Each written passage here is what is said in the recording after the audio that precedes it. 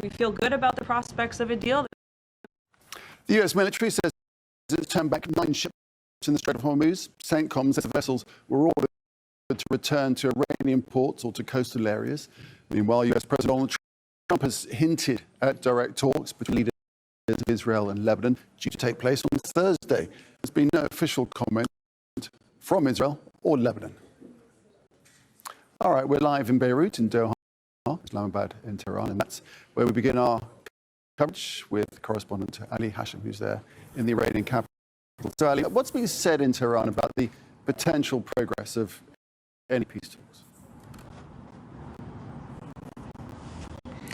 Well, let me read you the latest I've seen, and this is from Iran Once. There's a platform here close to the foreign ministry. It says, source, it's quoting a source, media push hyping success of Iran-US talks is a tactical PR maneuver designed to calm markets and shield Trump from mounting pressure rather than a reflection of actual breakthroughs.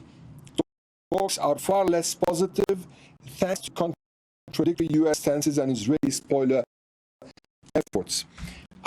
I think this line coming from Iran Nuances reflects the mistrust, and we are actually at the peak of mistrust between the U.S.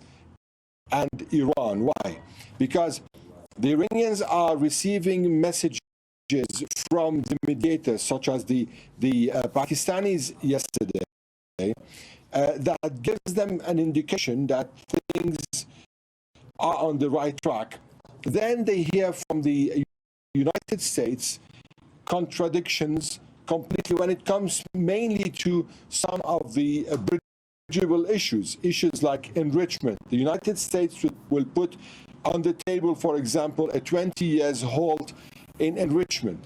The Iranians will build on this to try come out with a proposal. Then, after the Iranians put a proposal on the table, there'll be another point of view coming from the United States saying that, well, enrichment, even for 20 years, a hold in enrichment for 20 years isn't even acceptable. What's acceptable is zero enrichment forever. And that's why we're seeing the Iranians reacting this way. Now, in general, messaging is going on, and everyone is waiting the time for the next round of negotiations. Now, we're hearing that the commander of the army the Pakistani commander of army is heading to the United States. Probably after he meets with officials in the United States, there'll be a possibility of knowing whether there'll be a next round in the coming days or not. Okay, yeah, we'll have to see how it pans out. All right, Ali, thanks for that. Ali Hashim there in Tehran. Let's speak now to Al Jazeera's White House correspondent Kimberly Halkett, who's in Islamabad in Pakistan. So, Kimberly, the Pakistanis, as we've just been hearing, have embarked on this shuttle diplomacy across the Middle East and indeed across the Atlantic. Are the conditions for another round of talks being forged here? What are you hearing?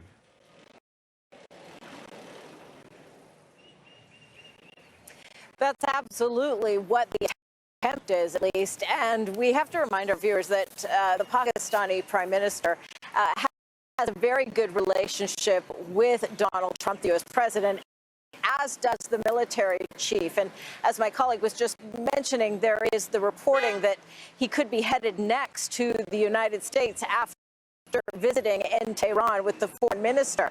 What we're told about that meeting is that it was to deliver a message from the United States and lay the groundwork for a second round of direct talks here in Islamabad. Now, the White House press secretary is confirming that it is likely to be Islamabad where the second round of talks will occur. But again, the date is a mystery. And we also know that she is denying the reports that that message was a request by the United States to extend the ceasefire another 2 weeks. It is expiring currently April 21st. So there's some urgency to all of this. And Pakistan has really emerged as a key diplomatic player, pivotal in trying to bring these two sides together.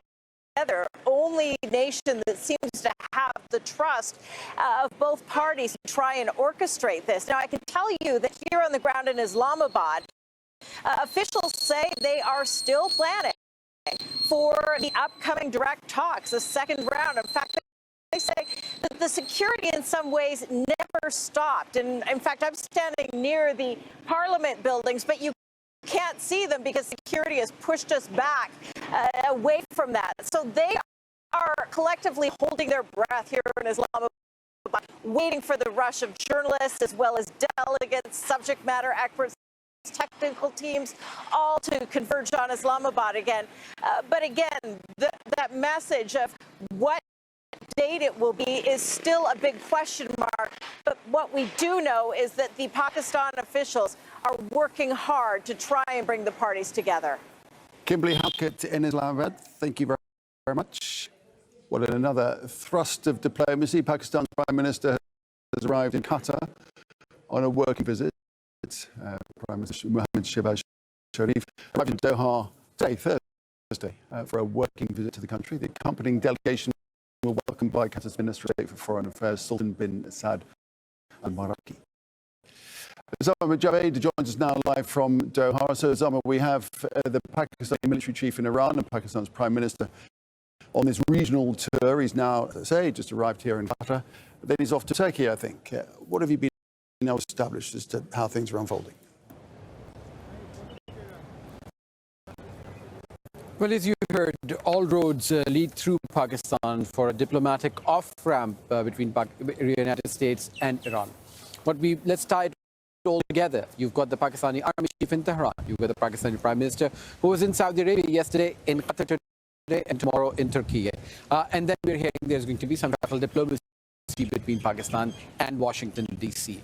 Where are we at? Well, the situation is that Pakistanis have taken a number of proposals to both sides, and they are negotiating between them. You've heard from sources that the army chief is, quote, ironing out the differences in Tehran in person, because a lot of this has to be done in confidence. Again, you have to remember that these are risky deployments because of the technical poses. We've been talking about multiple detractors in Iran, in Washington, D.C., and above all of them is Israel, which, according to Pakistanis, does not want any peace in the region. So now they have to convince the Iranians that there is going to be a ceasefire in Lebanon that they want. There is going to be an asset unfreeze that they've been asking for. It has to convince the United States that Iran is able to open the Strait of Hormuz unconditionally and is going to give a guarantee about its nuclear missile material that is in Iran and about its ambitions to make a nuclear weapon. All of that has been long-standing maximalist positions that each side has dug their heels on. The Pakistanis are quite hopeful that because of this shuttle diplomacy, either they're going to get a second round through this, or they're going to get the parties to agree to an extension of ceasefire. How long? Well, it could be up to 5 weeks or 45 days. We've heard all sorts of numbers, but the Pakistanis are telling us that diplomacy is best done behind closed doors, in secrecy, under trust. And that trust they're trying to bridge, because the Iranians and the Americans have said it publicly that they just do not trust each other. Right, so much up in the air right now. Thanks, Jade, here in Doha. Well, the Israeli Prime Minister Benjamin Netanyahu says he's instructed the military to press ahead with operations in southern Lebanon. Netanyahu says Israeli forces are targeting Hezbollah as part of plans to establish a buffer zone along the border. At least 11 people have been killed, 5 others injured, as airstrikes and artillery shelling continues across towns and villages in the south. Since the beginning of March, more than 2,000 people have been killed in Israeli attacks, and more than 1.2 million people have been displaced. Well, US President Donald Trump has hinted at direct talks between the leaders of Israel and Lebanon due to take place, he says, on Thursday. In a post on Truth Social, Trump wrote, trying to get a little breathing room between Israel and Lebanon. It's been a long time since the two leaders have spoken like 34 years. It will happen tomorrow, he said. He didn't specify who would be taking part. Official sources in Beirut have denied knowledge of any such upcoming contact. Trump's announcement follows rare direct talks between Lebanon and Israel earlier this week in Washington, the first in more than 3 decades. Those discussions focus on efforts to address Hezbollah's role in the conflict. Let's cross to Zaina Hodder, who's live for us in Beirut following everything that's happening on this. So, Zaina, a breathing space, says the US president. For that, do we read a potential ceasefire?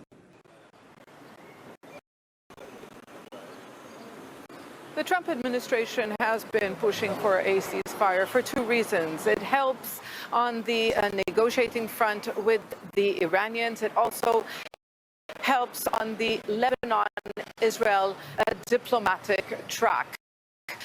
Really, Iran and Lebanon, both governments have been calling for a ceasefire in a clear sign that they are vying for influence over Lebanon. Mohammad Kalibaf, the man representing Iran in negotiations with the United States, calling Lebanon's Speaker of Parliament, both of them saying there needs to be a ceasefire in Lebanon before anything else. So a message from Iran that this is a condition before peace talks can begin. It's been its condition since the start of the conflict.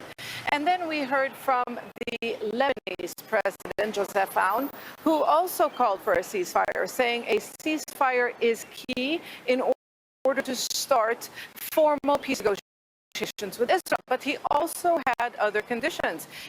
He said that the Israeli army needs to withdraw from southern Lebanon, and that the Israeli army withdraws from southern Lebanon, then the Lebanese army will deploy to the international borders. And after that, Lebanon will implement the decisions taken by the Lebanese government, which are to really ban Hezbollah's military wing. They've decided this, but they haven't really enforced it yet.